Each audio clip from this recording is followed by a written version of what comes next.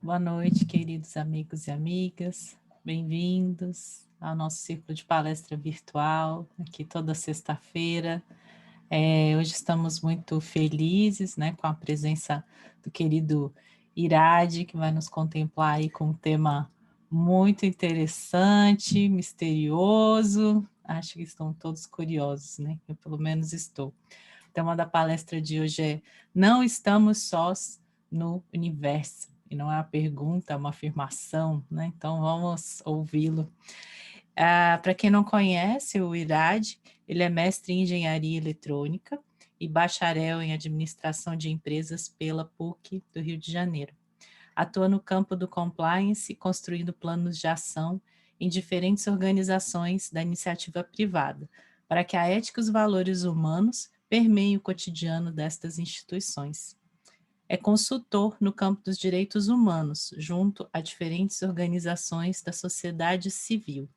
Também é coach, credenciado pela International Coaching Community e membro do Conselho Acadêmico da Escola Internacional de Políticas Públicas em Direitos Humanos do Mercosul. Lembrando que as perguntas e os comentários podem ser feitos pelo chat e sempre temos alguns minutos abertos para as perguntas. E é isso. Uma ótima palestra a todos. Bem-vindo, querido Irade, a todos os amigos. E é com você. Obrigado, Vanessa. Bom, muito boa noite a todas e todos. Boa noite a todos os amigos e amigas que estão aqui. Estou vendo algumas amigas e amigos que acabaram de entrar. Boa noite a Rita, que está aqui também. Enfim, tem muita gente que aceitou também o outro convite que eu encaminhei e que está aqui presente, né? Bom, pessoal, falar sobre esse tema, eu acho que é obrigatório nós usarmos os dois pilares de conhecimento. É inegável que a humanidade é sustentada por dois pilares de conhecimento. Um é a ciência e outro é um pilar que nós, em geral, não o consideramos como sendo pilar de conhecimento por um equívoco nosso, que é a religião. Nós achamos que assuntos que tratam do conhecimento, digamos, como um todo, né, ele deve ser tratado pela ciência. A religião cuida de aspectos espirituais, cuida de aspectos, digamos, relativos ao nosso autoconhecimento, nosso desenvolvimento. Isso, na verdade, é uma herança que nós trazemos do iluminismo, né, que separou ciência da religião, ciência da espiritualidade, e colocou isso em dois compartimentos estanques que não se comunicam, e a ciência advogou para si, né, o único mérito de ser aquela que analisa a realidade das coisas. Mas eu quero fazer a proposta que nasce dos ensinamentos barrais, de que esses dois pilares de conhecimento é que são capazes de nos levar a entendermos a realidade das coisas. Então, eu vou começar com o primeiro pilar da religião, porque ela não tem,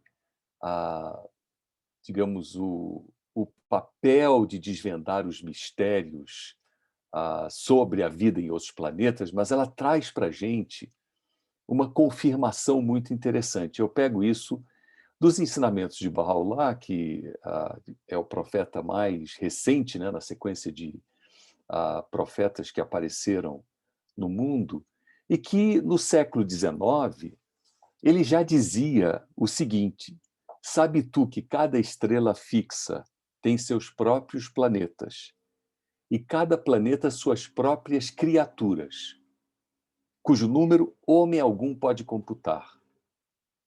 Ora, Bahá'u'lláh está dizendo que a existência de vida em outros planetas é incomputável.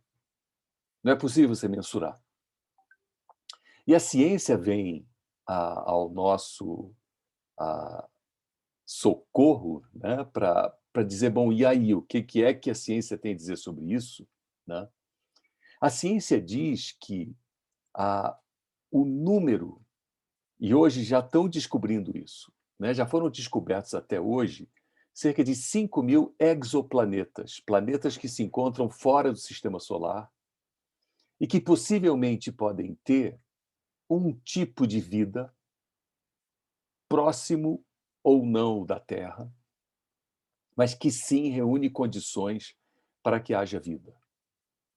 Agora vocês vão dizer, bom, Barrola disse que o número é incomputável e a humanidade só descobriu 5.000 planetas, né? Mas eu quero ainda continuar na dimensão religiosa para depois a gente passar para a dimensão científica, né? Na dimensão religiosa, se nós acreditarmos que há uma inteligência universal, que há um criador, e eu não estou aqui me referindo a um ser antropomórfico, né, barbudo, velho, sentado num trono com um cetro na mão, mandando raios e matando e dando vida, mas estou falando de uma força incognoscível, uma força inimaginável, e eu estou chamando de força por uma limitação de linguagem minha, né? Todas as escrituras sagradas dizem que, quando nós tentamos definir o divino, nós estamos usando a nossa limitação para tentarmos defini-lo, né?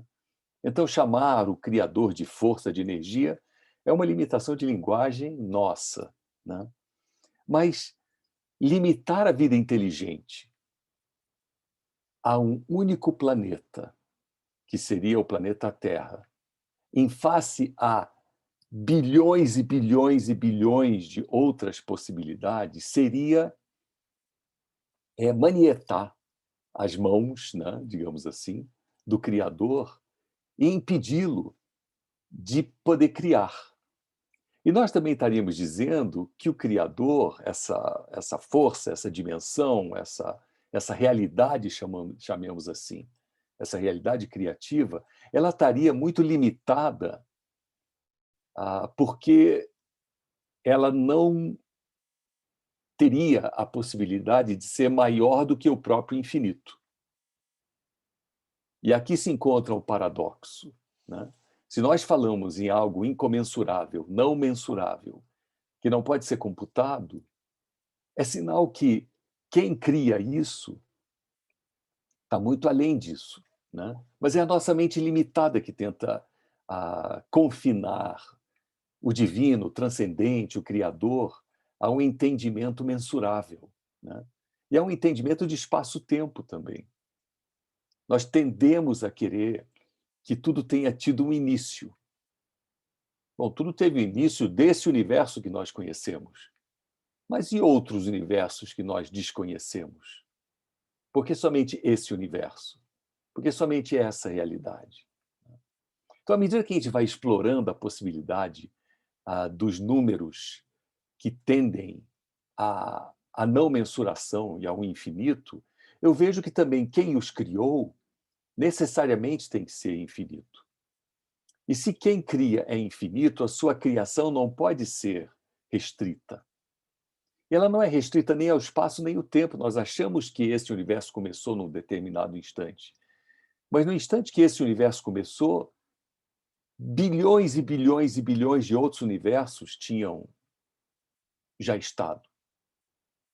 Porque se não tivessem estado, eu estaria dizendo que haveria um momento, né? E isso é o que Abdul-Bahá, o filho de Bahá'u'lláh, reitera várias vezes nas suas falas e palestras e escritos. Eu estaria dizendo que haveria um momento que haveria criatura sem criador, ou criador sem criatura. E nenhum desses dois pode ser aceito.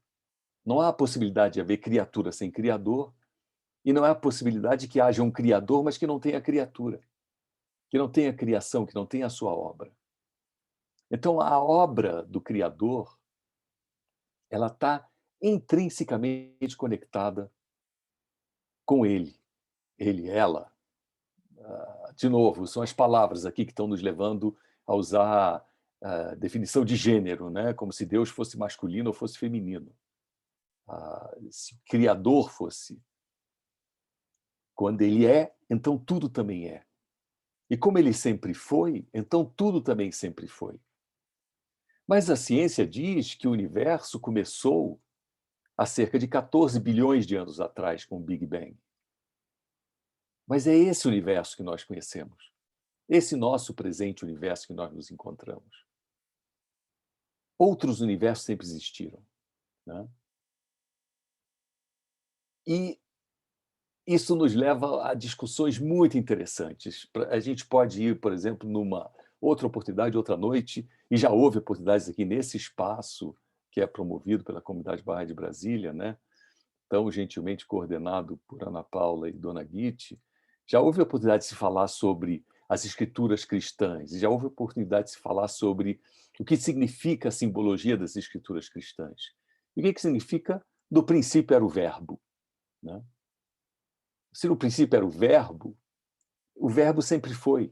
Mas quem é o princípio? O princípio não tem princípio, porque também pouco conhece fim. Muito bem. Então, se o divino, se o Criador é infinito, sempre foi, sempre existiu, então a criação também sempre existiu e 14 bilhões de anos tem esse universo conhecido.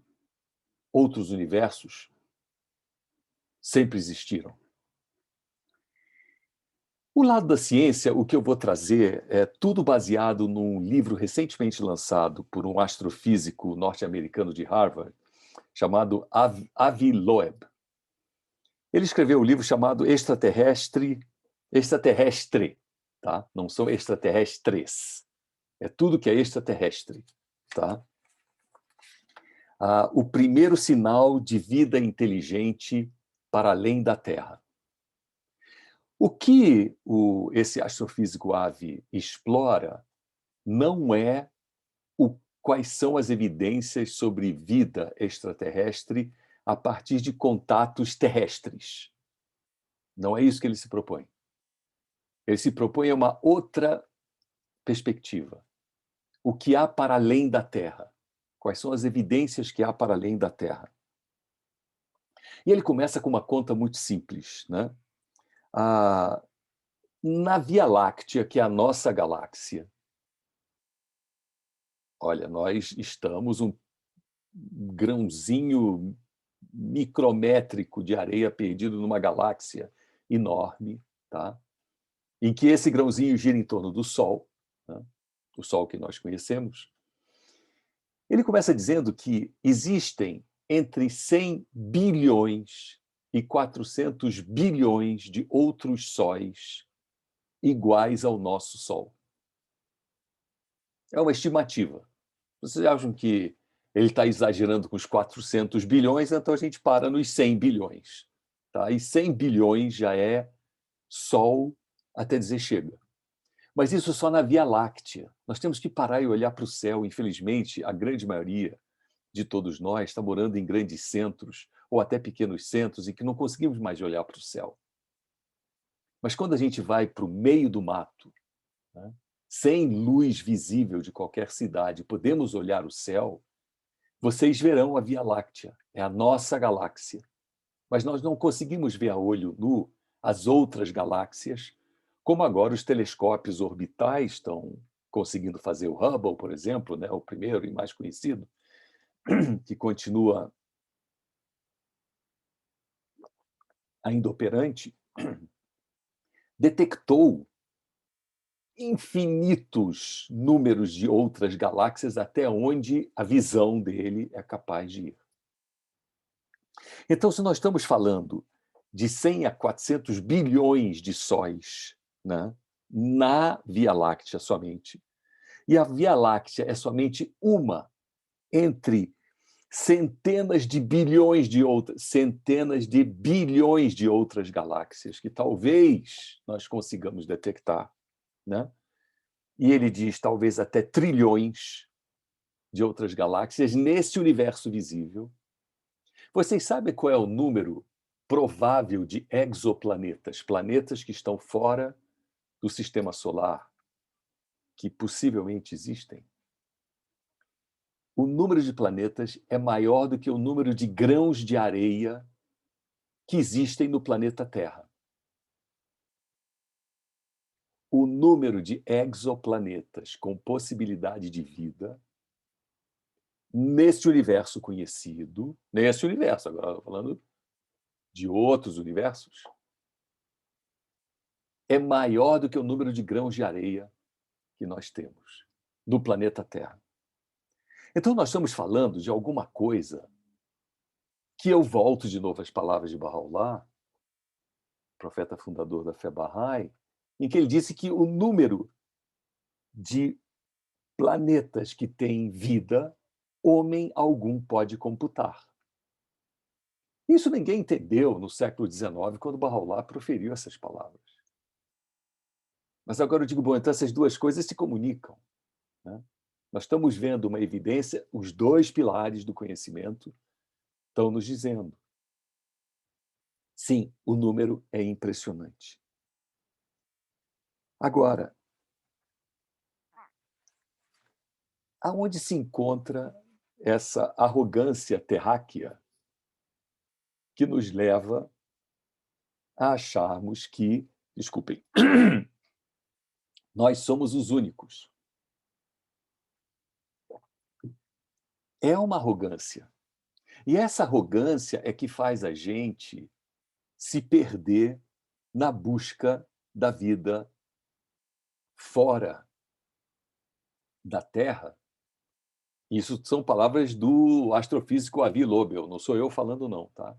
Ele diz que é essa arrogância que leva a gente a querer procurar vida onde não tem vida, exatamente para confirmar que não tem.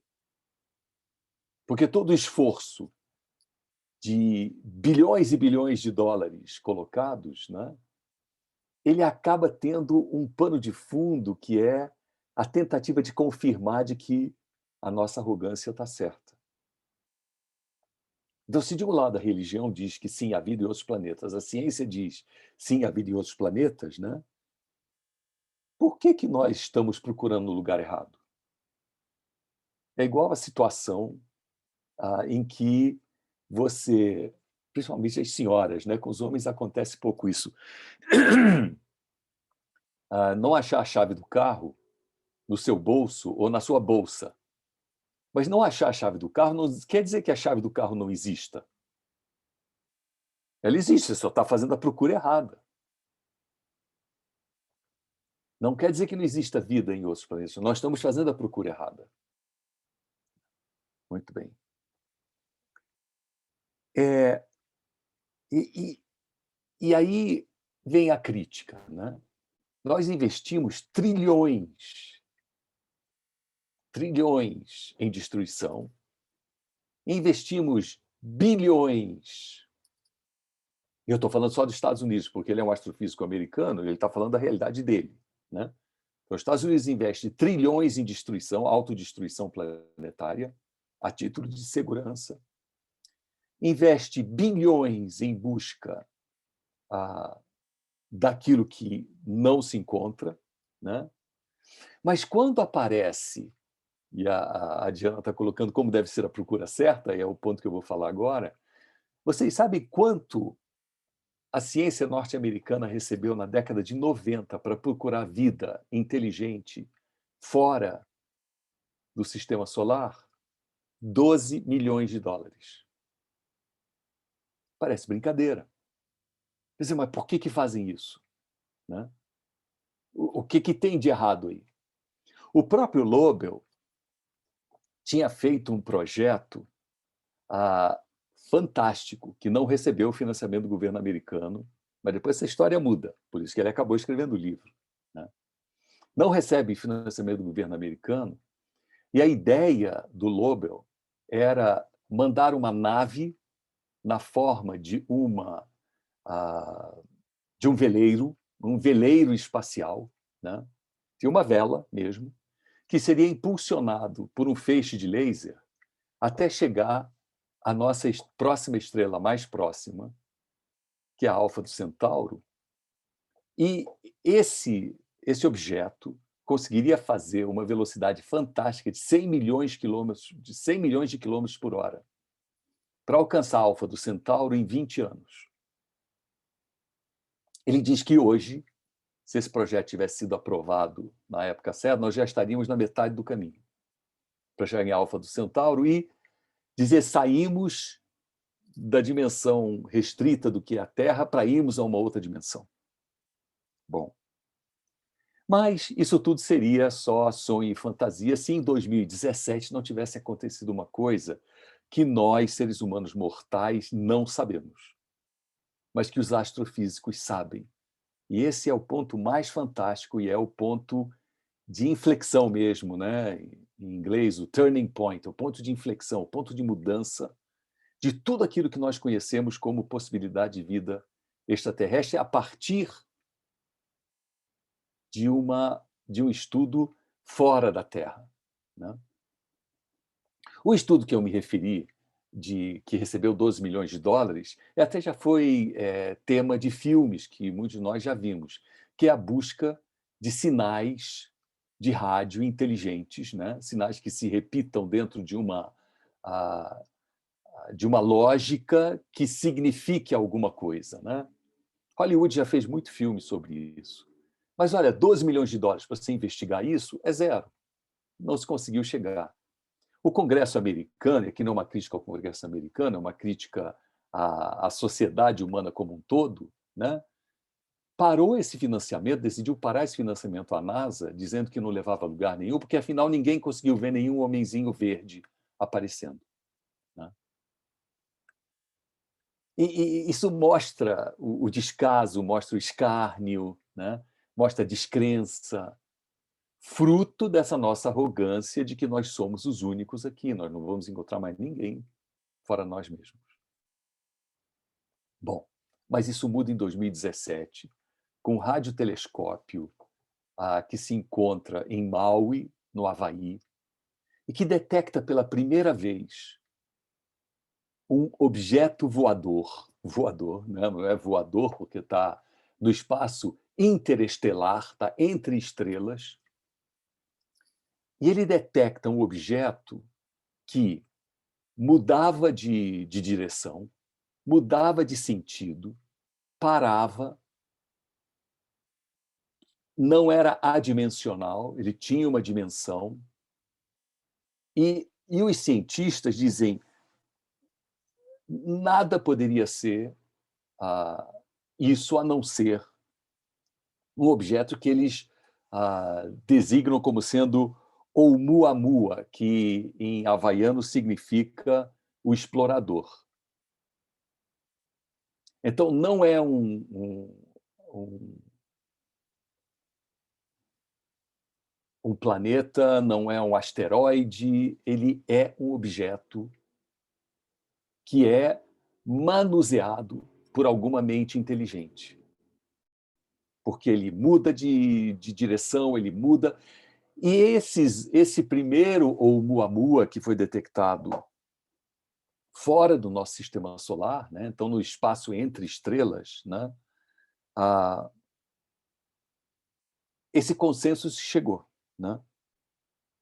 De que é alguma coisa que é operada por uma inteligência. Muito bem. O que acontece é a grande pergunta de por que... E olha, isso foi em 2017, se passaram 4 anos e nós ainda não evoluímos muito nesses 4 anos, né? O que o Lobel conseguiu, né, Loeb conseguiu mais recentemente foi o financiamento para a detecção de sinais de rádio, né? E também o início do trabalho desse veleiro que é impulsionado por um feixe de laser que sai daqui da própria Terra, né? A partir daqui, ele impulsiona isso. Bom,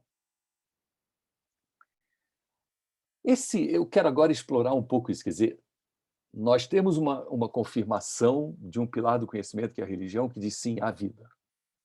Nós temos uma confirmação do pilar da ciência que diz sim, eu detectei um objeto. E eu não estou falando, então, em quem recebeu a visita aqui na Terra, se viu o homenzinho verde ou não viu, se há todas essas especulações de que o governo americano, no deserto do Arizona, tem uma base onde se encontram prisioneiros.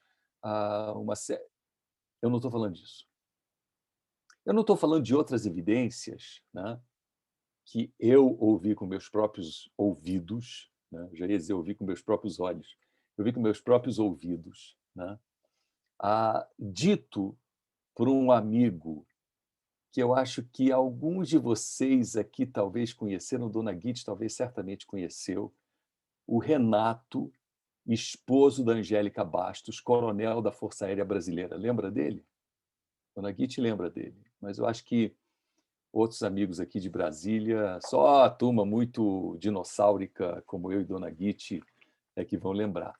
Mas o Renato, ele era coronel da Aeronáutica, da Força Aérea Brasileira, e durante um período ele foi o chefe do SINDACTA, que é o Centro Integrado de Defesa Aérea, e eu não sei o que significa o resto. O Johnny Carlos da Silva, que está aqui nos acompanhando, talvez saiba, porque... Aliás, eu estou numa situação aqui terrível, porque eu estou frente a alguém que fez um pós-doutorado na NASA e estou eu aqui falando sobre um monte de loucura e usando uma linguagem que o Johnny daqui a pouco ele vai até sair do ar, né? Ele já tirou a imagem dele primeiro, porque deve estar ficando ruborizado, falando, meu Deus, o Irás está falando cada loucura, tudo errado, usando os termos errados, mas eu estou na vantagem de ser o curioso que pegou um livro, pegou a resenha do livro, deu uma olhada em tudo e está tentando ajudar a gente aqui a dar uns passos, né? Mas voltando ao Renato, né? É bondade sua de dizer que eu estou de parabéns, mas vamos lá. Depois, na hora dos comentários, você manda ver, viu? Mas o Renato Bastos, coronel Renato Bastos, dizia, Irade, toda noite, toda manhã, toda tarde, isso não é só uma coisa de noite, é o dia inteiro. Os operadores do SINDACTA registrando objetos voadores não identificados e registrando conversas de rádio entre pilotos comerciais dizendo que viram um treco acompanhando ele do lado dele. Outros pedindo para que os caças fossem... Porque o papel do SINDACTA é proteger o espaço aéreo brasileiro e de Anápolis, né, acionar os caças que vão defender o espaço aéreo brasileiro se houver alguma invasão, alguma coisa. Chegava ao ponto de dizer, olha, os pilotos comerciais dizendo, manda alguma coisa aqui, porque eu não sei mais o que eu faço com esse treco que está aqui do meu lado. Agora, isso são aquelas evidências que nós vemos, bom, não registradas, e eu estou vendendo peixe da forma como eu recebi. Coronel da Força Aérea Brasileira, comandante do SINDACTA, centro, né? Naquela época, nós não tínhamos o SINDACTA 1, 2 e 3. Né? Não sei se vocês lembram que o SINDACTA 3 foi o da Amazônia, levou muito tempo para chegar. Estou vendo o Geraldo aqui agora, balançando a cabeça, estou lembrando que também uma família de pilotos, né? Seu pai, grande piloto, você que foi piloto, seu irmão, eu já não me lembro mais, você é piloto também. Então, depois, na hora da fala, você pode dizer se você alguma vez acionou o SINDACTA dizendo, olha, eu estou vendo um treco estranho aqui do meu lado, mas talvez os aviões que pegam altitudes maiores, né, os jatos comerciais, você e seu pai operavam jatos privados, né? Mas, enfim, depois, na hora do bate-papo, você entra aí, Geraldo, que vai ser legal também ouvir a tua percepção. Mas, então, eu estou tirando fora isso, porque isso tudo é passível de questionamento.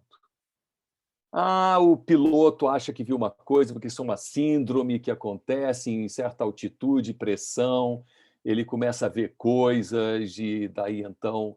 Mas aí você fala, bom, mas e o operador do radar do SINDACTA diz que via o objeto lá na mesma hora que o piloto da TAM dizia que estava vendo? Não, mas isso aqui... Então esquece isso. E foi por isso que a Avi Loeb, ele foge dessa discussão. Ele fala, eu não vou trazer essa discussão para dentro do meu trabalho. Eu só estou pegando aquilo que é fora do sistema solar.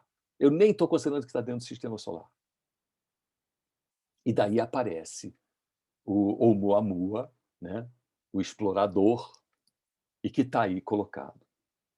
Bom, o que o Avi Loeb fala agora, né? É interessante, quer dizer, está havendo um certo desejo, uma vontade política, digamos assim, né, da NASA para descobrir onde há tecnoassinaturas no espaço fora o sistema solar. E o que é uma tecnoassinatura, né?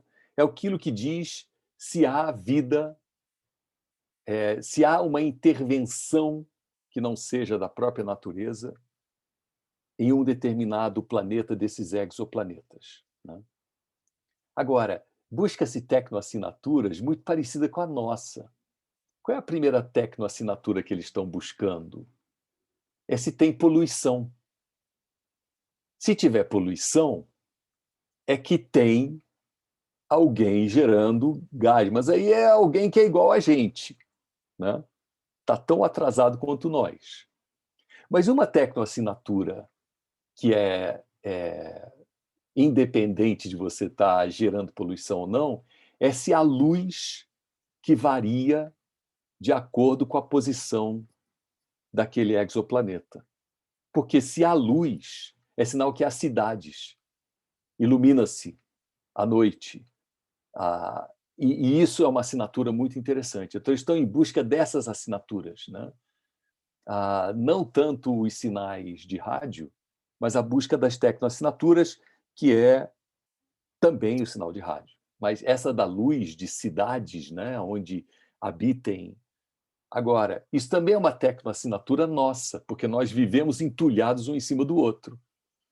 E se esses caras já estão tão avançados que ninguém mais mora entulhado um em cima do outro, você não vai ter a tal da tecnoassinatura. Mas eles estão buscando essas tecnoassinaturas, né? E aí o Loeb termina o livro dele chutando a bola para o campo da religião. Interessantíssimo isso. Ou seja, ele começa pura ciência e diz agora, reconhecer e avistar vida inteligente fora da Terra é um abacaxi para a gente, terráqueos, porque vai nos forçar a enfrentar os problemas que nós não conseguimos solucionar até hoje. Os problemas de convívio, de entendimento, de pacificação planetária. Porque se você encontra uma vida mais avançada, né, uma inteligência mais avançada, que já superou isso tudo, que papelão. Então ele diz, então é urgente. E ele apresenta uma tese, né, de que nós não vamos ter esse encontro aqui enquanto nós não resolvemos nossos problemas, porque os que viriam para cá não seriam tão ingênuos ao ponto de se colocar em risco, né, com essa humanidade daqui que ainda está perdida. E talvez, agora eu que estou falando, eles devem estar verificando as nossas tecnoassinaturas, né? E, pô, os caras poluem pra caramba, esses caras estão muito longe de entender o que é uma possibilidade de vida não poluída. Eles se concentram em centros urbanos, é muita luz à noite em certos pontinhos, e um monte de lugar sem luz nenhuma, né? Então, nós estamos dando a nossa tecnoassinatura. Mas agora o problema está nas nossas mãos, né? É isso que eu quero convidar vocês agora a refletirem. Se nós queremos realmente alcançar isso, e essa é a tese que o Avi Loeb apresenta, né, nós temos que resolver os nossos problemas. Ele usa o termo intratável. Nossos problemas intratáveis têm que ser solucionados. Quais são os nossos maiores problemas intratáveis hoje, né?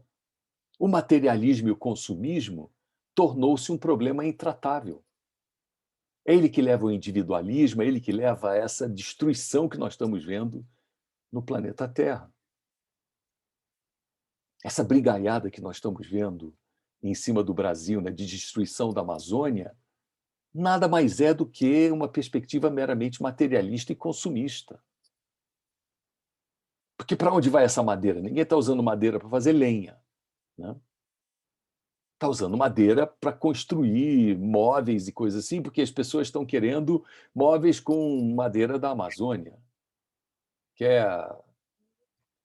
E isso tudo é uma atitude consumista desenfreada, né? Vocês veem o que aconteceu agora, né? A maior apreensão de madeira ilegal da história brasileira. 200 mil metros cúbicos de madeira ilegal. É muita madeira ilegal. E o argumento de que derruba-se para fazer pasto é um erro, não é para fazer pasto, não. Pasto é uma consequência. Essa madeira tem um preço no mercado internacional e todo esse moralismo que a gente vê, né, de todo mundo, que absurdo, não sei o quê, quem compra? Alguém está comprando. Então, se há oferta, há procura. Né? Nós temos um problema moral seríssimo a tratar na humanidade. Né? E esse abismo de riqueza e pobreza está cada vez maior na humanidade por conta disso. Né? Por conta disso. Por conta dessa absurda velocidade em que o consumismo e o materialismo estão tomando. E esse abismo entre riqueza e pobreza cada vez maior. O segundo grande problema intratável da humanidade é o preconceito, a discriminação de toda a espécie. De gênero, nós temos, de novo, esses problemas são seculares, né? E agora cada vez mais evidenciados. Né? Uma mulher, pelo mero fato de ser mulher, ela ganha menos do que um homem. No mesmo trabalho, na mesma função, na mesma profissão. O que é isso? Isso não é uma prerrogativa brasileira. Na Europa ainda você tem isso. Nos Estados Unidos ainda você tem. Há leis que proíbem, coíbem. A turma tenta passar a perna. E, por fim, eu diria assim, o terceiro grande dilema nosso, intratável, é a nossa incapacidade de aceitar a cosmovisão do outro. O que o outro acha que é a vida, que é o mundo, que é a sua religiosidade, a sua crença, a sua espiritualidade, a forma como ele vê o propósito da vida, a sua cosmovisão. Nós não conseguimos aceitar a cosmovisão do outro como sendo algo que mereça o nosso respeito, que tenha a nossa acolhida. Então nós somos profundamente desunidos, extremamente desunidos. Né? Então, isso demanda de nós um posicionamento urgente e nós não precisamos ser astrofísicos para fazer isso. O que o Loeb está levantando é que agora compete à humanidade como um todo. Ou resolvemos esses problemas intratáveis, ou nós vamos viver essa eterna solidão. Agora, é certo que não viveremos essa solidão eterna. Né? Porque nós também sabemos, aí vem de novo o pilar da religião, dizer que nós temos duas opções. Né? Ou nós chegamos a esse entendimento através de um ato consultivo, né? Um ato coletivo, é o que diz a Casa Universal de Justiça, o órgão máximo da fé Bahá'í, para chegarmos a esse entendimento, ou nós vamos ter que passar por horrores inimagináveis. E os primeiros testes estão aparecendo para a gente. Por que a Covid não conseguiu parar rapidamente? Ela poderia ter parado no ano passado. Porque nos falta unidade, nos falta empatia, nos falta perceber o outro como sendo parte de nós. O que mais faz a Covid proliferar no Brasil é essa busca insana, hedonista, de prazer. Não, eu quero sair, eu tenho que sair, não sei o quê. Ou, de outro lado, de novo, falta de unidade, a incapacidade dos governos de direcionarem recursos para aqueles que têm que ficar em casa para não ter que pegar o ônibus lotado de gente e acabar pegando a Covid. Então, é uma falta total de unidade. Isso não é o problema daqui. Vocês viram nos jornais, certamente, hoje e ontem, o pico que está dando na Índia por causa de eventos religiosos. Meus amigos, são milhões de pessoas à beira do rio Ganges. Milhões. Falta entendimento, falta consciência, falta tudo. E agora, por que isso acontece?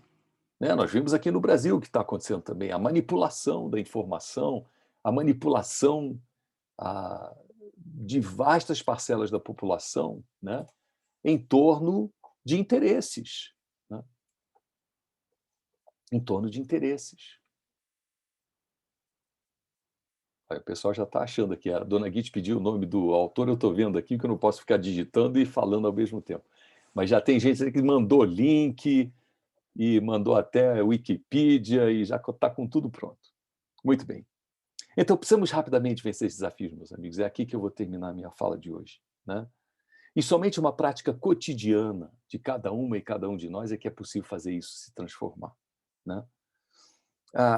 Quando alcançarmos isso, eu vou dizer, estaremos prontos, né, para esse contato muito mais próximo. Né? Porque essa é a pré-condição. Né? Porque inconscientemente nós vamos bloqueando, obstaculizando essa possibilidade. Agora, tem um universo enorme à nossa frente, uma possibilidade enorme de descobrirmos as fronteiras do desconhecido, né? Tornarmos as fronteiras do desconhecido conhecidas, nos aproximarmos de possibilidades fantásticas que nós achávamos que até então eram somente dos livros de ficção, dos filmes de ficção. Né? Mas elas estão aí, batendo a nossa porta. Mas é um processo de construção. Esse é um processo de construção que, lamentavelmente, vai levar ainda décadas e séculos. Né? Mas nós precisamos fazer a nossa parte. Nós precisamos ser aquela historinha que muita gente aqui já conhece, do plantador de tâmara, né? Das tamareiras. Né? Um velho se encontrava no deserto plantando tamareiras. Né? Passa um sujeito e pergunta para ele: o que você está fazendo? Ele fala: estou plantando tamareiras. Se você é maluco, você deve ter pelo menos 70 anos, você não sabe que as tamareiras, naquela época, hoje em dia tem tamareira híbrida tal, que dá em muito rapidinho, mas a história só vale para o passado. Para você é maluco, você não sabe que tâmara só dá com 30, 40 anos, você nem vai ver isso. Ele fala: eu estou comendo hoje as tâmaras que foram plantadas pelos meus ancestrais. Eu estou plantando as minhas para os próximos. Nós precisamos ser esses plantadores de tamareiras. Né? E imediatamente começarmos isso. Porque a transformação desse mundo, num mundo inigualavelmente fantástico, é muito próximo, é muito factível, possível. Né? Mas nós temos que vencer primeiro aquilo que Loeb diz que são os nossos problemas intratáveis. Façamos que eles se tornem soluções factíveis. É isso, pessoal. Muito obrigado.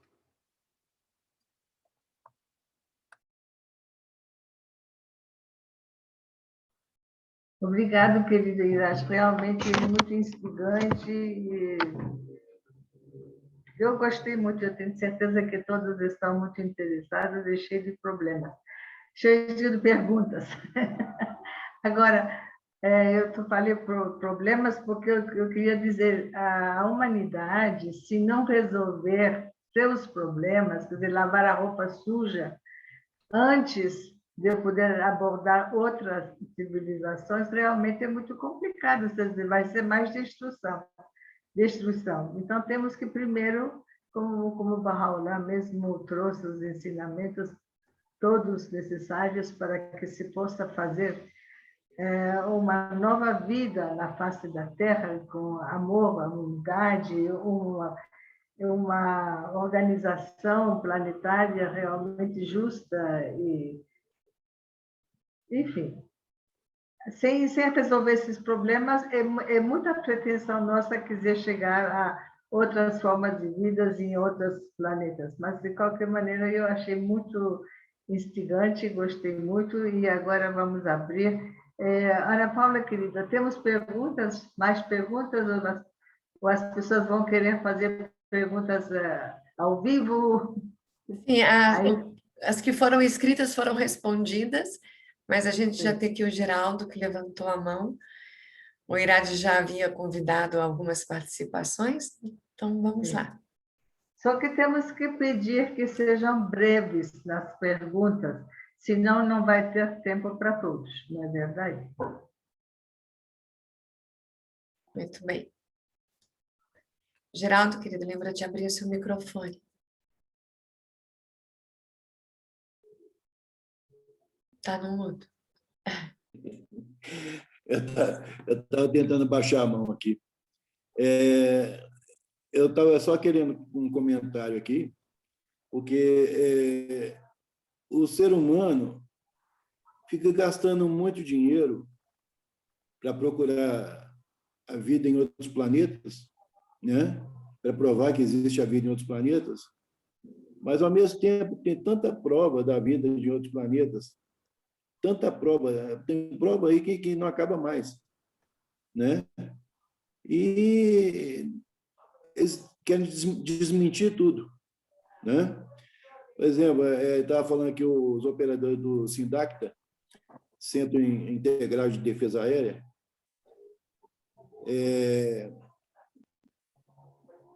eles todo dia, toda hora, veem objetos voadores não identificados, né? E já os pilotos já não sabem mais o que faz, né?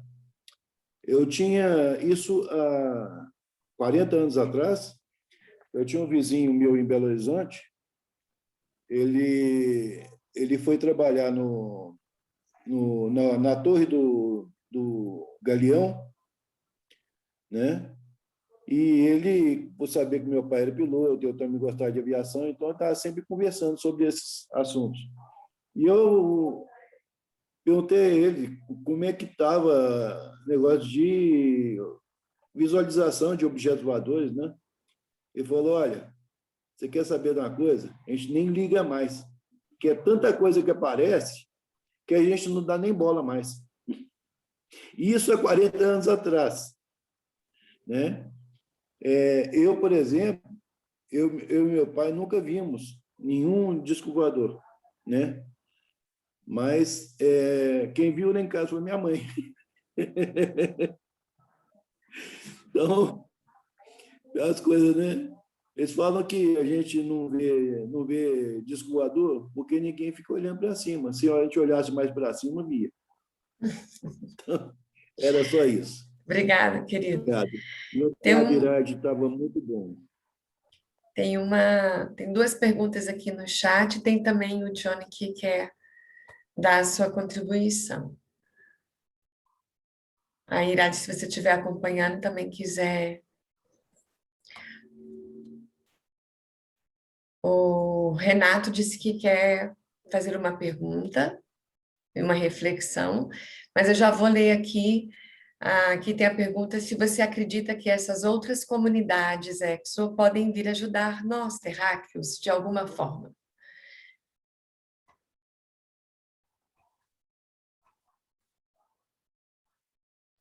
Então, primeiro o Renato vai fazer a pergunta dele, né? Sim. Perdão. É uma pequena reflexão apenas, assim, porque quando é dito assim, a gente está na busca, né, por vida fora do planeta, os cientistas geralmente puxam para esse lado do que tem que ter água no planeta, né, para ter vida. E eu acho isso assim uma baboseira, porque se um planeta, né, que tiver outro elemento em abundância, né, com certeza vai ter os seres que vão habitar ele vão ser configurados para aquele elemento, né? Não faz mais sentido isso do que pensar que só porque não há água no outro planeta, não tem gente, não tem outros seres habitando esses mundos, né? Então, essa é mais ou menos a pergunta, a reflexão que eu deixo, sabe? Bom, então, com essa pergunta reflexão, também vou falar um pouco sobre a outra pergunta que você leu, Ana Paula. Obrigado, Renato. A gente sempre busca soluções fantásticas para a solução dos nossos problemas, né? E achamos que essas soluções fantásticas, elas, se vierem de fora, né, de uma forma materializada, né, na ajuda dos exo virem para cá para nos ajudar, seria uma forma, né? Mas nós sabemos que o aprendizado ele só tem valor quando ele é internalizado e ele é assimilado por quem passa pelo processo de aprendizagem, né? Então, o aprendizado é algo que tem que ser absorvido, tem que ser entendido. E eu diria assim, não há nada mais exo do que os profetas, os santos e os manifestantes de Deus e os seres iluminados que vieram trazer, sim, uma informação muito preciosa que vem da dimensão espiritual para a gente. Mas esses, o que nós fazemos com eles? A Sueli, que fez a pergunta. Nós o crucificamos, nós os matamos, nós os perseguimos, né? Como foi o caso de Cristo, como foi o caso de Bahá'u'lláh, do Bab, como foi o caso de tantos profetas e manifestantes que, ao trazerem a solução para os nossos problemas, né?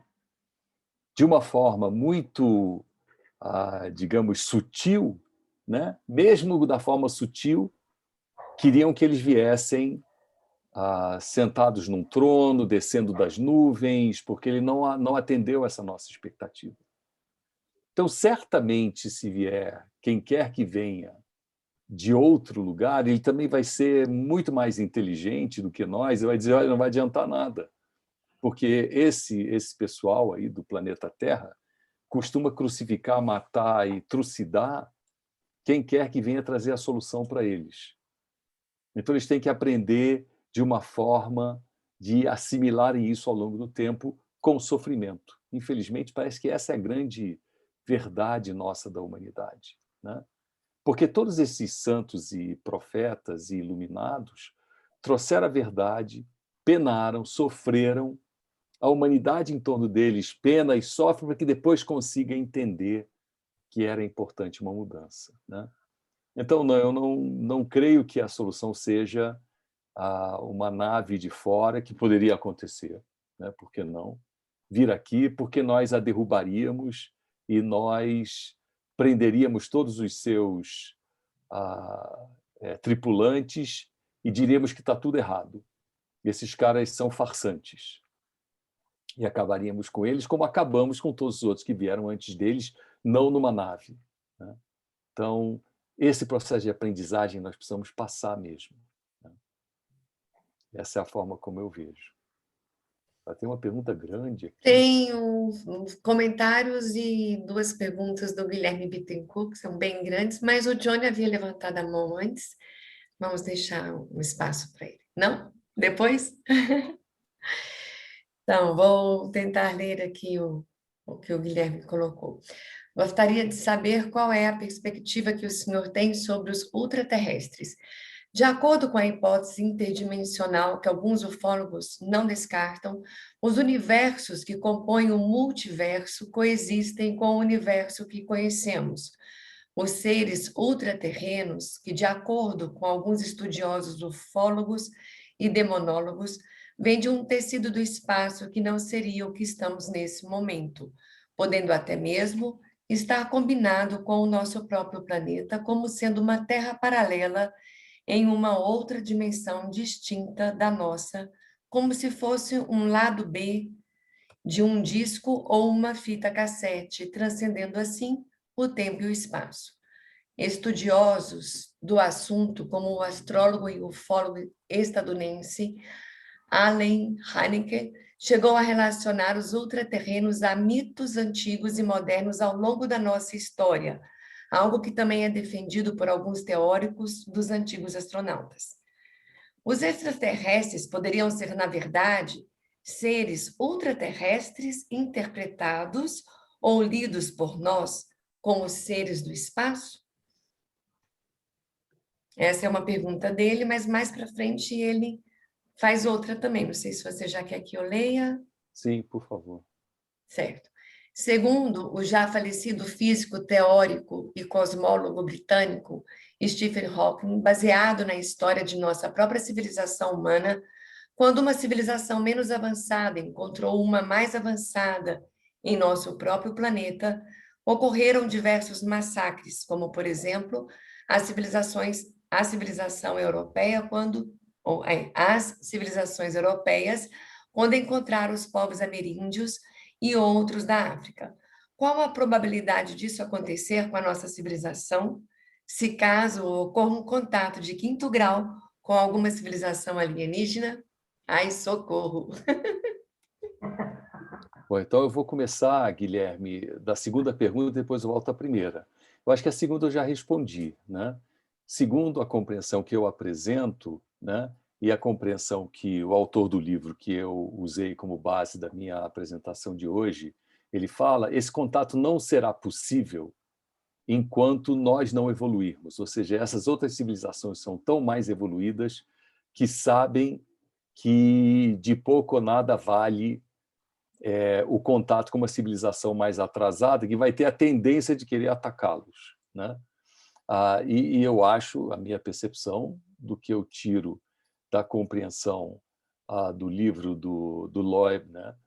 E daquilo que eu entendo também na dimensão espiritual e religiosa, é que civilizações mais avançadas não teriam de forma alguma essa tendência de dominação das menos avançadas, tanto que não fizeram até agora, né?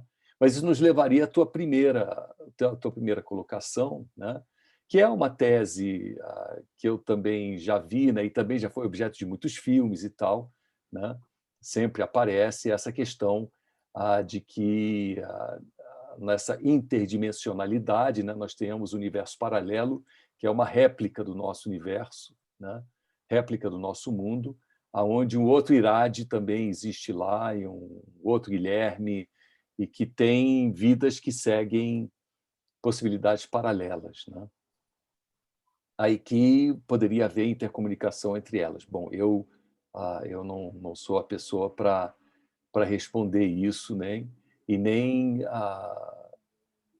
digamos, fazer qualquer ilação sobre isso. Mas eu voltaria sobre a questão muito antiga também, né, objeto de um livro, eram os deuses astronautas, né, que é, de novo, a nossa tendência de levar para o campo do fantástico a solução que é muito mais simples.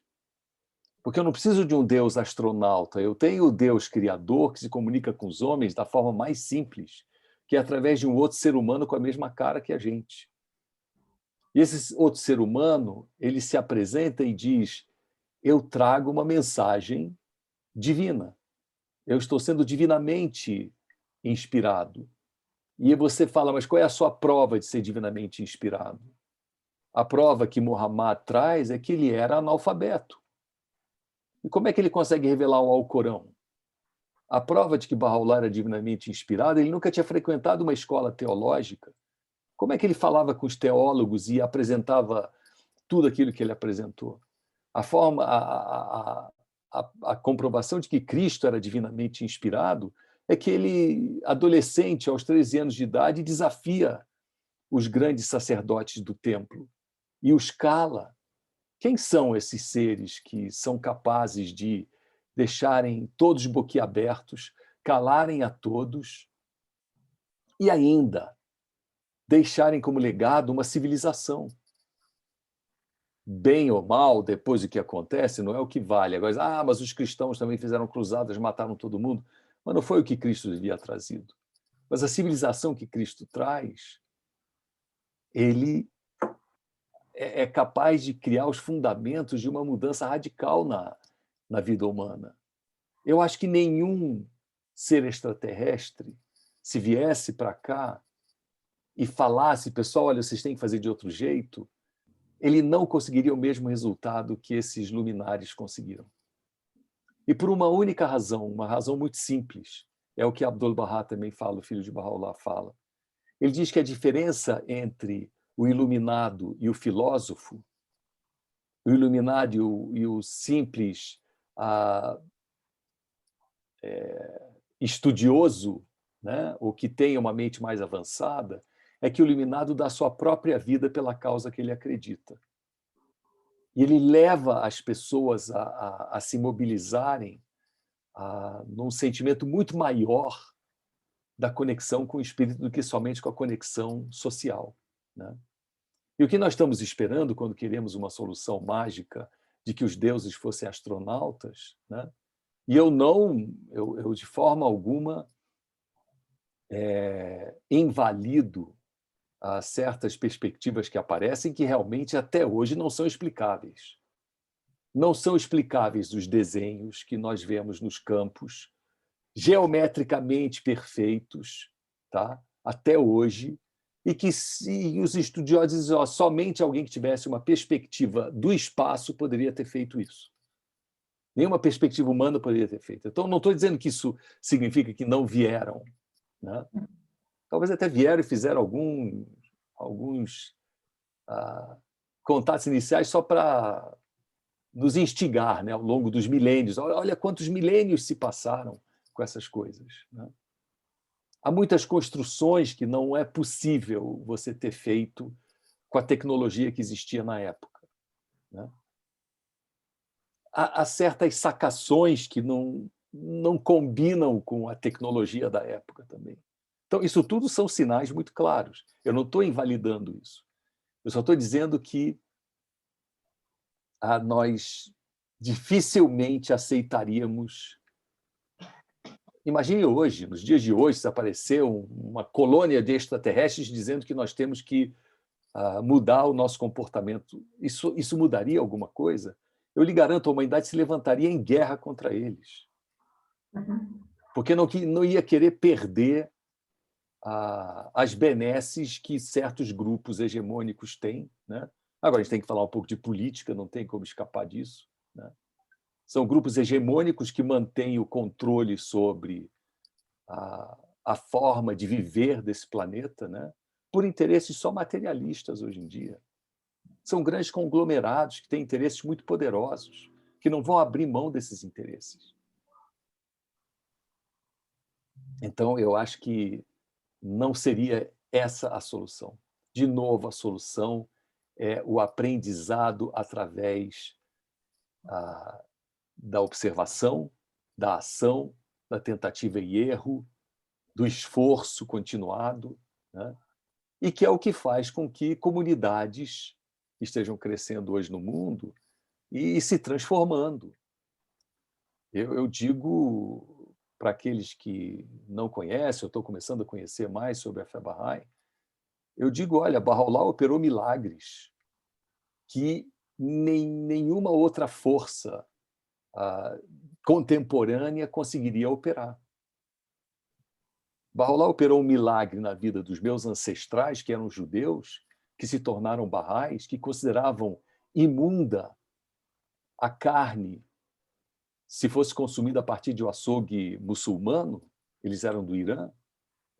Ele operou o milagre de fazer com que meu avô e meu bisavô fossem ao açougue muçulmano comprar carne, porque eles diziam, agora nós somos Bahá'ís e nós não aceitamos mais essa ideia fantasiosa de que uma coisa é impura, outra coisa é pura. Meu pai contava histórias sobre a minha avó, que era judia, não havia se tornado Bahá'í ainda, que chorava na cozinha, dizia, eu não consigo tocar nessa carne, eu nunca toquei nessa carne. E meu avô dizia, você tem que mudar a sua forma de ver as coisas. Esse mundo cheio de superstições e fantasias e tal acabou. Esse é um milagre que eu diria, dificilmente um ser extraterrestre operaria no coração dos meus avós. Mas um indivíduo prisioneiro 40 anos, porque falava essas coisas maravilhosas sobre unidade, paz, entendimento, ele conseguiu mudar o coração deles. Agora, foi a duras penas. Não foi fácil para o meu avô, não foi fácil para a minha avó. Não foi fácil para o meu avô tomar a decisão. Lembrem-se, no Irã, início do século XX, não havia chuveiro em casa, banheiro em casa. Você tomava banho no banho público. O dia que meu avô toma a decisão de que ele vai tomar banho, não no dia reservado aos judeus, mas no dia reservado a todos que eram não judeus, porque os judeus eram considerados como imundos. Então o banho ficava para eles para depois ser desinfetado, para depois os muçulmanos e os zoroastrianos pudessem tomar banho. Meu avô resolve ir no dia dos muçulmanos e zoroastrianos, para dizer que acabou essa coisa. Meu pai me contava que ele era apedrejado a caminho do banho público. Meu pai. Quem operou essa transformação foi o coração. Eu acho que o coração é uma sede, como diz Bahá'u'lláh, aonde habita o divino. E é essa dimensão do divino que faz isso se transformar.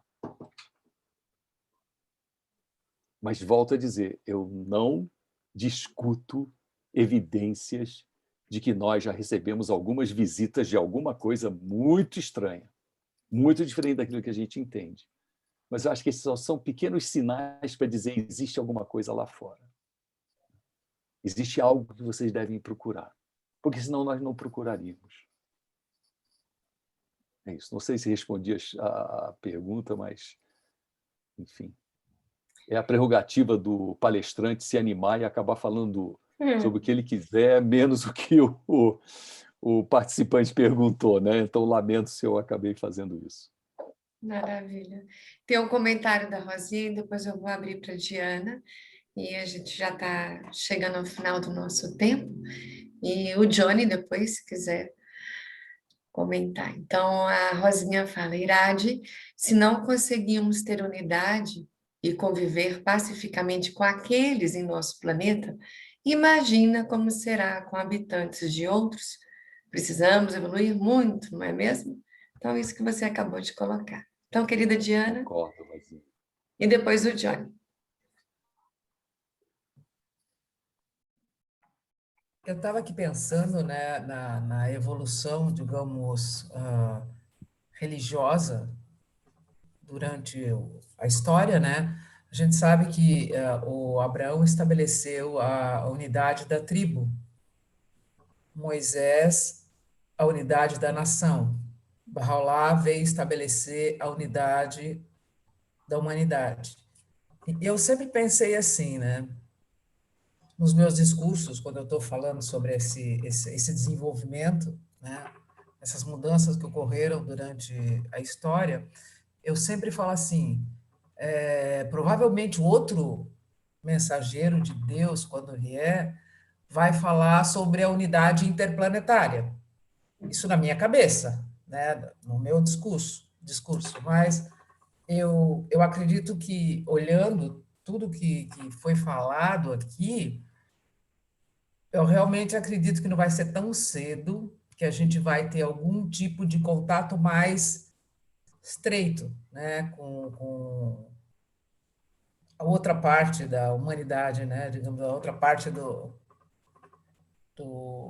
cosmos, digamos assim. Agora, eu mesma sou testemunha de 2 vezes que aconteceu comigo, né? Uma vez eu era criança, eu e minha avó vimos no sítio, Monte Carmelo. Uma outra vez, a gente voltando no dia 1º de janeiro pela estrada de Rio Florianópolis, fizemos uma viagem e vinha uma coisa na nossa direção, né, como se fosse um carro com uma luz bem alta, ele vinha na nossa direção, daí o Carlos dizia, nossa, tá vindo aquela luz bem no meio da pista, né? Eu falei, diminui um pouco, tal, né? Daí aquela luz ficava e nunca que chegava, né? Daí chegou uma hora, quando a estrada é iluminada, né, nos trevos, a luz desapareceu. Daí ele ficou mais ainda cismado, meu Deus, mas o que aconteceu, né, com a luz e tal? Daí eu falei, talvez entrou à direita ali, sei lá. Daqui a pouco, eu peguei e adormeci. Eu adormeci, daí o Carlos falou que, puxa, eu estou vendo uma luz por trás. Daí ele assim, diminuiu a velocidade para ver se essa luz passava. E a luz não passava. Aumentou a velocidade, a luz estava atrás dele. Daí ele começou a ficar apavorado e acelerou mais. Quando ele viu, o nosso carro tinha teto solar, a luz estava por cima. E quando chegava nos trevos, não tinha luz. Olha, eu só sei que eu acho que ele chegou em um tempo muito mais curto, né? Porque correu muito para conseguir chegar rápido, que ele estava morrendo de medo. Mas o interessante é que depois que ele falou esse negócio de a luz, sobre a luz, tal, eu adormeci, quer dizer, eu não participei dessa parte quando ele estava atrás ou na frente, né? E quando eu era criança, no sítio, eu vi, e realmente vi uma coisa que parecia uma esfera meio azulada, assim. Foi mais ou menos de perto. Então, eu acredito que eles estão aqui, participaram de um monte de coisas da história, mas eu não acredito que eles vão realmente entrar num contato mais estreito conosco.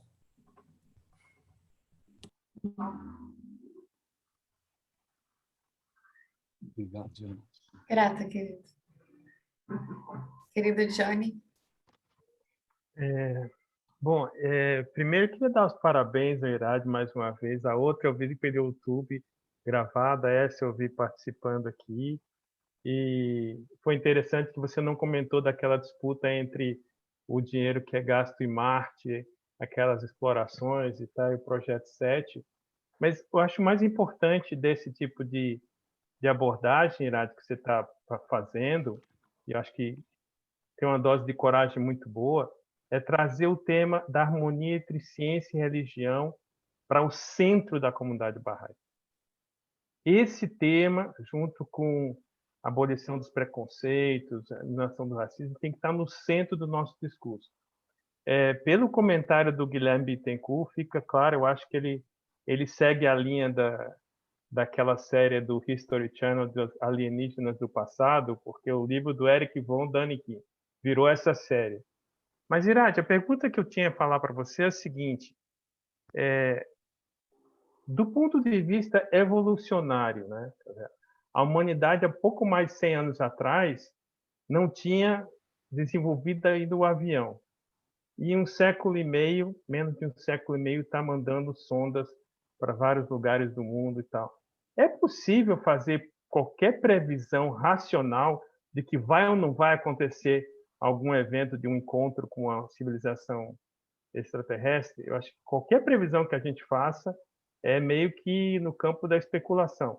Porque, inclusive, existem alguns documentários que dizem que, por intervenção extraterrestre, sinais conseguiram ser emitidos de anular mísseis nucleares balísticos que estavam instalados para serem, como chama, acionados.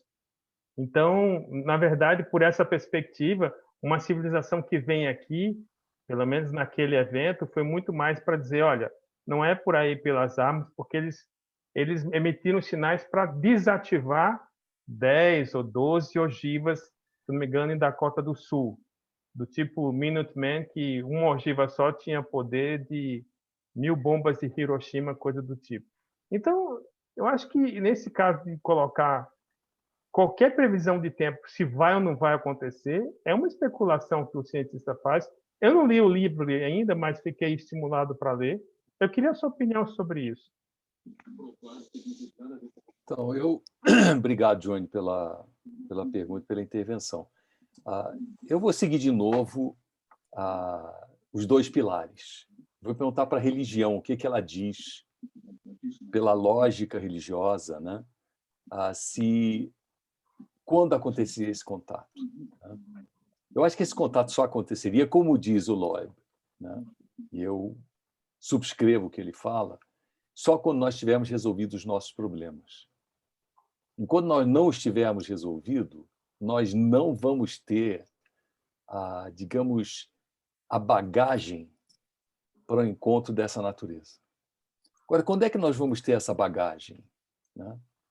Baha'u'lláh vem e diz que quando essa nova ordem mundial que ele trouxe, né, esses novos ensinamentos, a nova forma da sociedade se organizar, né, esse será o dia que não será seguido de noite.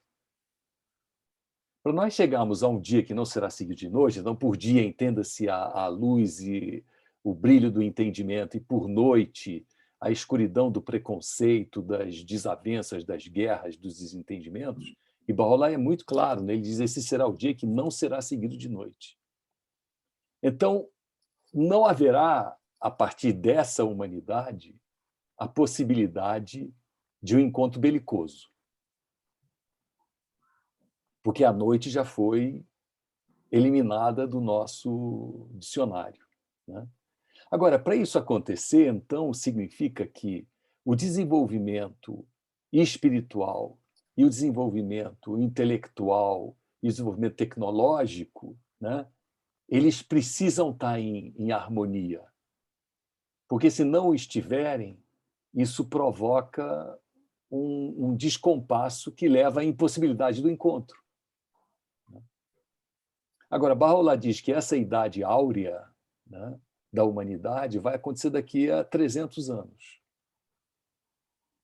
O início dessa idade áurea, né, seu primeiro levantar voo dessa coisa fantástica de mudança, né, de ter esses fundamentos de uma humanidade totalmente transformada, firmemente estabelecidos, né? Então, nós ainda temos uns 200, 300 anos pela frente. Se você pega o que diz, e não é uma coisa para os próximos anos, a Casa Universal de Justiça, o órgão supremo Bahá'í, diz que as próximas décadas, no plural, haverão de testemunhar sofrimentos que a humanidade não viu. Mensagem agora, de novembro do ano passado. Ou seja, não é que a Casa de Justiça tem a bola de cristal, mas ela está pegando dos escritos de Baha'u'lláh, Abdu'l-Bahá, do Bab, não sei, e vendo as perspectivas. Essa humanidade não vai aquietar tão cedo, né? Ela não vai parar tão cedo, né? Ela vai ficar ainda nessa estupidez, digamos, né? Infelizmente, essa é a única palavra que eu posso usar, né? De estar em conflito o tempo todo. Então, nós vamos ainda sofrer muito isso tudo. Mas, no momento que nós passarmos por isso, então, também é um momento de uma maturação tecnológica, né, que vem avançando com uma rapidez enorme. Eu estava hoje falando com meus amigos de infância, hoje foi aniversário de um dos amigos de infância, e a gente costuma os 4 se encontrar e conversar. Um deles mora nos Estados Unidos, é médico, cardiologista, brasileiro, mas imigrou para lá há décadas e tal. Então, ele estava falando sobre esse negócio do RNA mensageiro e quão fantástico é essa revolução tecnológica do RNA mensageiro e de coisas que estão fazendo com isso, né? E eu lembrei que eu li, a minha irmã, Aida, chamou a atenção que ontem saiu no jornal uma vacina que 86% das pessoas que tomaram essa vacina, o câncer desapareceu. Foi o câncer que matou meu pai há 30 e tantos anos atrás, né? 83, eu estou até perdendo a conta, quase 40, né? 38 anos atrás. Que era a reclamação que tinha a turma da década de 60, dizer que eu perdi meu pai para tuberculose na década de 30, e agora tem essa penicilina aí que resolve tudo, agora tem uma vacina que resolve o problema de um câncer de cérebro, né? E esse meu amigo, o Mac, estava explicando o que é essa vacina. Ele falou, isso aqui é uma coisa fantástica. Então, a evolução tecnológica vai continuar assim a passos largos, né? Aliás, abrindo um parênteses, eu estou curiosíssimo para saber se o helicóptero funcionou em Marte ou não, porque eles fizeram um primeiro teste e não conseguiu levantar voo, né? Mas isso é uma outra coisa fantástica. Você coloca um robô em Marte e ainda tem o desplante de botar um helicóptero para funcionar lá. É muita loucura. É muito doido isso que a gente está vivendo. Mas eu acho que nós vamos levar esses 200, 300 anos, né, até evoluirmos tecnológica, espiritual, intelectualmente, para que essa convergência se dê e a gente possa estar pronto. Mas nós vamos chegar a isso daqui a 300 anos se nós, essa turma aqui de 30 pessoas que está aqui, se nós fizermos a nossa parte hoje. Isso, eu ia nossa falar parte justamente hoje é fazer com que a unidade se estabeleça na sociedade humana. Se nós não fizermos a nossa parte hoje, nós estamos postergando a possibilidade desse momento áureo. Muito bem. Muito bem, muito bem. Bom, chegamos ao nosso tempo, querida Guite. Então, estou a agradecer realmente muito a Irade pela ousadia de trazer o tema, pela presença dos amigos e pelas perguntas, pela convivência amorosa. E então, dar uma boa noite e até semana que vem com mais um tema de grande interesse, se Deus quiser. Boa noite a todos. Boa noite, noite. queridos amigos. Boa noite. Boa noite. Até o próximo encontro. Boa noite, obrigado. Boa noite, obrigada. Boa noite. Obrigada. Tchau, Boa obrigada. noite, obrigada, Irade. A todos. Tchau. Obrigada. Adorei. Boa noite, gente. Obrigado, Palavra para todos.